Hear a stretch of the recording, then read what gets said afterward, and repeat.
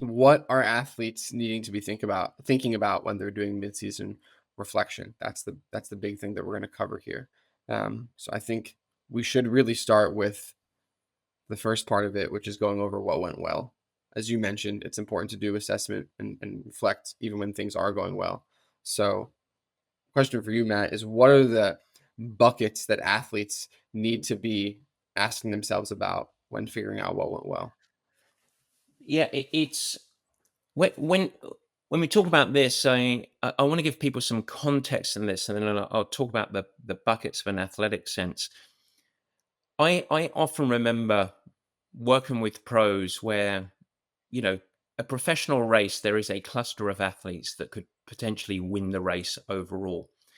Many times when I was coaching athletes, they might have won the race or been on the podium, but their actual performance wasn't great.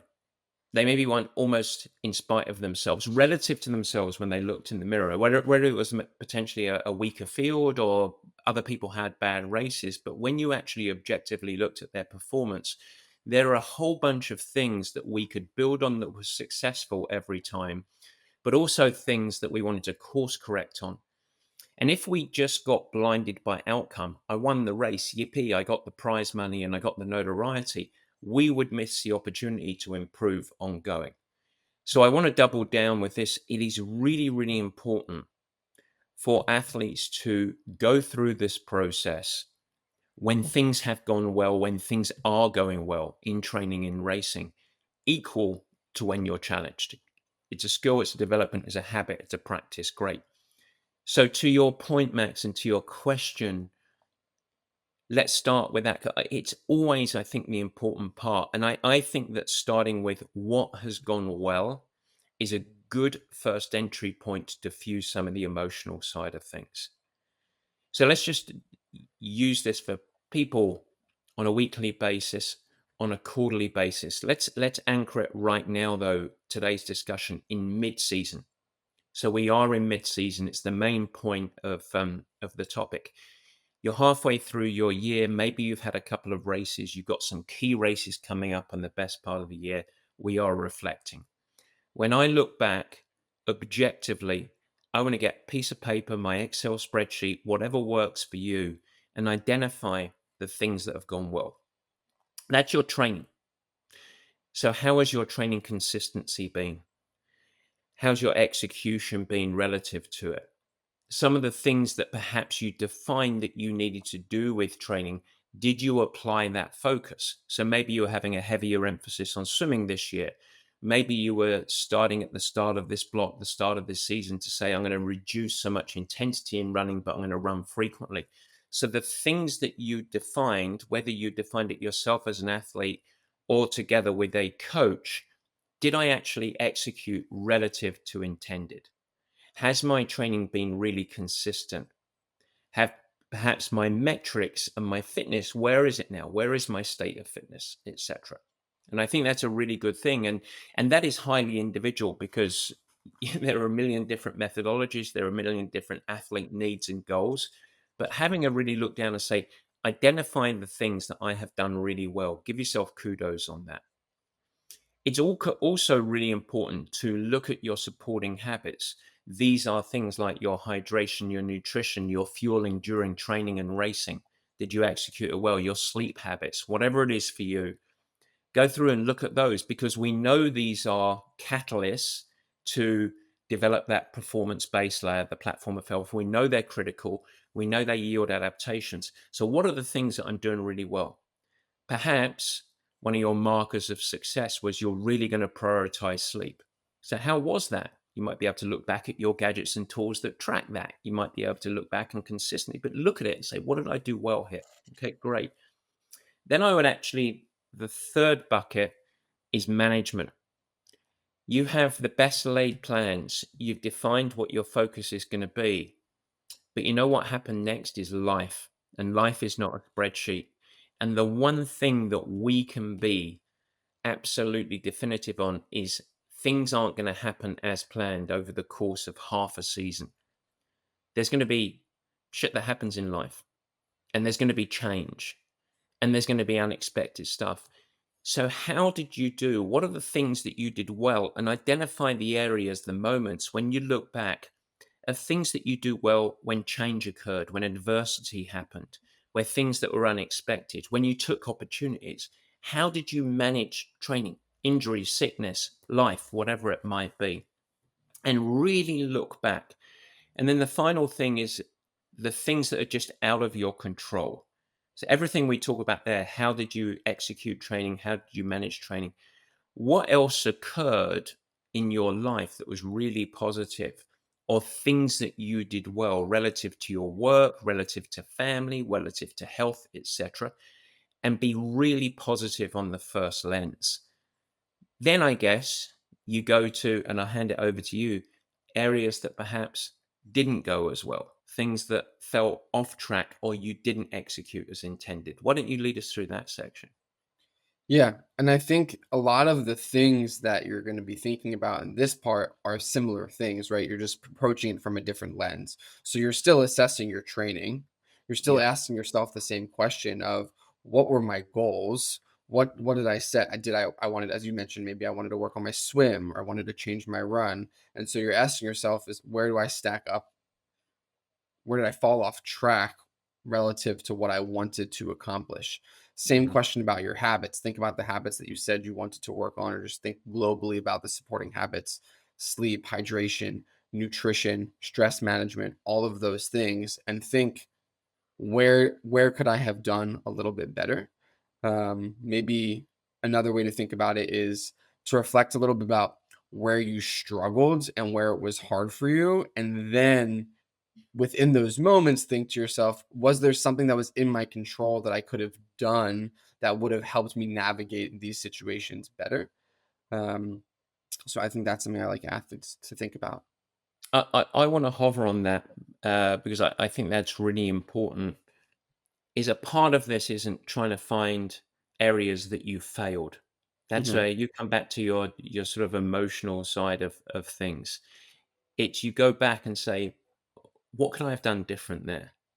Are some areas that maybe that are under my control that could have made this less of a negative impact or remove it as a negative impact that I can build on? What were some of my behaviors, some of my actions that perhaps I'm empowered to course correct on? And it's really useful. You should never have nothing in the negative column. Let's call it that. You should always have Yeah, because it's an opportunity, isn't it?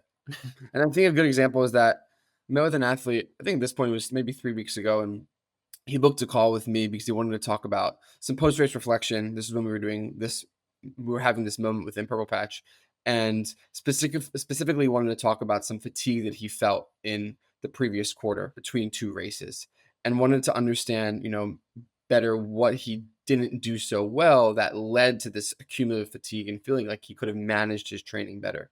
And one thing that we did, and I think this is important for figuring out what you could do better, is I asked what was happening in his life at the time to put the training into context. And what we came to realize is there was a little bit of added stress in his life at the time that he doesn't usually have, in addition to the regular work and family stress. And that came to the helped him come to the conclusion of, I need to do a better job at understanding when I have extra added stress into my life, and therefore make a better effort to double down on managing my training load and go with the ebb and flow of life and maybe change sessions on a weekly basis. So in the end, we got to a very specific thing that he took with him of, I'm going to do this differently in Q3. Um, but it comes from this initial question of, where did I struggle? Okay, what could I have done differently to minimize that struggle or to have overcome it better? I had a very similar athlete, an athlete that I coach individually, who's and it can be incredibly liberating, by the way, and empowering to get to this because you're like, okay, I can take action. A guy who loves to do triathlon, half Ironman athlete at the moment, very, very busy at work, is also in the process of moving home, got a whole project that is going on there, and doesn't really have massive race goals coming up, but everything is all consuming. And we're trying to apply a training program to him where 3, 4, 5 days in a row, he's effectively failing, is not able to execute the program. But when you go through a reflective exercise and you say, okay, what could you have done differently there? He had the pass fail. This was the workout that was written on there. If I can't get it done, I can't squeeze it, it takes an hour, I'm not going to do anything. And suddenly, this shift of having a little bit more time when life is really flowing and really chaotic to say, actually, I'm doing this to ultimately become a faster athlete, but I also want to leverage this to be a really healthy human being. And I want to leverage this because I enjoy it. It's fun. It's a stress processor, etc. And so if life is really chaotic for 3 or 4 days, why don't I just shift that harder run interval session to a soul filling 30-minute easy run? Why don't I actually just do at least half of the bike ride and do it really, really well and then course correct on it? And as soon as he shifted from the pass fail, must get it all in, or there's nothing at all because I don't have time, to a bit more of a fluid approach, he started self managing the program. And then we created the other part of it was a better communication system to say, okay, here's how I build the workouts. It's sort of almost an A B time rich, time starved approach, which we do with our squad athletes, but I did it individually. Do this, and if not, do that. Suddenly, there, the weeks become really fluid, and Mhm. and it starts dancing with life a little bit. It was only through his reflection and me drawing it out of him that he suddenly was empowered. So this is a really important component of what am I not doing well here? So how can I course correct on that? And it was a shift of perspective and ultimately action. Yeah, I like how, liberating it was. I think that's really a good word. And Yeah. to recap a little bit about when you're reflecting on what went well and also what didn't go so well. I think what we've said here is the key is your locus of control needs to be within yourself. So it's always going back to what could you control. And I think athletes tend to when they say what didn't go well, it's oh I didn't. They can be very metrics based. So I didn't improve my swim time by this much as I wanted Yeah. to, or my run didn't get better in this sense. And so even when you're looking at what didn't go so well about the first part of your season and you're getting very analytical about the sport specific stuff, you need to bring it back to asking yourself the question of what are the habits? What are the things that I could have done differently to get these outcomes? Was it I needed to be more intentional in my training? Did I need to run easier days easier? Did I need to bring it a little more on hard days? Whatever it may be, you need to bring it back to something that you can do differently in the future. It's gold.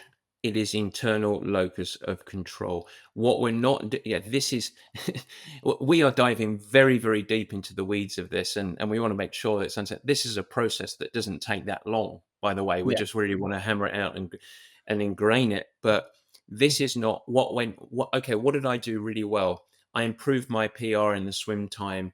My FTP is better. What did I go well? My running speed sucks. That's not what we're talking about here. It's everything that actually informs the outputs, and that's everything you can control. And the more you do that, the more empowering it is. Yeah, which takes us to the next part of okay, so then what? Yeah, Right? This is all it's action oriented as we said in the beginning. And so from this you need to create an action plan of what are you going to do about it?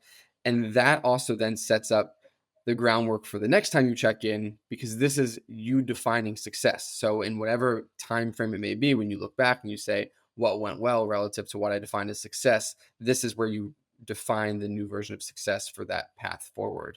yeah, Um, and then and defining focus and action basically. That's exactly. Yeah, and very simply, you go back and you look at your list of everything that went well. You build on those key elements, and what are the things that are really important? Things that didn't go well. What could you have done differently? What should you do now? And you course correct on those.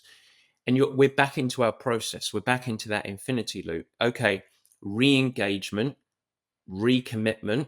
Okay, this is what success looks like for the second half of the year. These are my goals. What now, with this information of reflection, what should my focus be? What should my action be? And it relates to obviously what you did at the start of the year, but it's refreshed and it's a great moment. It go through that contracting, of which then, of course, if you're coached, then coach an athlete, you're like, great, let's go and do it. Let's go and hit that last. Let's go and hit the world championships. Let's go and hit the next Ironman. Let's go and hit the full marathon that we're deciding to do. Let's go and hit integrating into life so we can set up a great 2024, 2026, I should say. Goodness me, I'm going back in history. So yeah, it's a huge action plan that wants to come out of it. That's why in our athlete profile that we leverage with our individual athletes, this mid-season will say this is what we define, and the same process as what our squad athletes go through as well. Yeah. I wanted to ask you, do you think there's some mistakes? So you've talked about, mentioned focus. So what am I going to focus on? We talked about what am I going to change? Do you think there's mistakes, common mistakes that people make when emerging out of this check-in process of figuring out what to focus on? Yeah, Or what I to do think differently? one of the big ones is overcomplication, and we might be leading to a bit of that because we're speaking a lot about it. But this is about boulders and not sand. So if once you have gone through what you did well, what didn't go well, and you're creating your action plan, you should be able to tell your coach, your family, your friends, your training partners in the duration of a very quick elevator ride. Like it is almost elevator pitch. This is what my focus is. This is where I'm doing right now. Bang, bang, bang. Three things. And the most important thing are because we only have so much capacity, what are the key things that are going to drive performance change in the positive? So I would say try and that's number one. Number two, which is joined to it, trying to change too much. So Hmm. everything that you've listed here, it's not about doubling down on everything. Is what are the things that are going to elicit the best performance and going from there. And then the third thing, which I think is it's actually more common than you might imagine, is going through the whole process and then just going straight back to your old routines and habits, not actually taking action and changing and loving writing it down. Like I mean, as you know, Max, the big, pretty annual training plans for athletes, week by week, is I think in mostly nonsense because life is not a spreadsheet. I also really don't like the 10-page Google Doc of changes that people are going to make. Just tell me this is what I'm going to do. One, two, three, bam, that's it, and make those changes because that's the way that you do it. And I would add one more while I'm at it. If you don't at the end of the season go and reflect again, it evaporates. So Hmm. people make these changes. You need to hold yourself to account, and the coach should hold you account to those actions and not get distracted as you go on. That's where things really drive. Yeah, I love that. And to wrap it up, I think, as you said, to not overcomplicate it, I think that's really important. And going back to what we said in the beginning, which is the more you do it, the less complicated it becomes, and the easier it is to keep it concise. Because when you have consistent check ins with yourself, you can keep it very, very clear and concise, and you don't have to open up a huge can of worms every time. Yep. Yep. Yep. Yep. It's awesome. Fantastic. I think that's a good place to wrap it up in terms of how to do the checking in.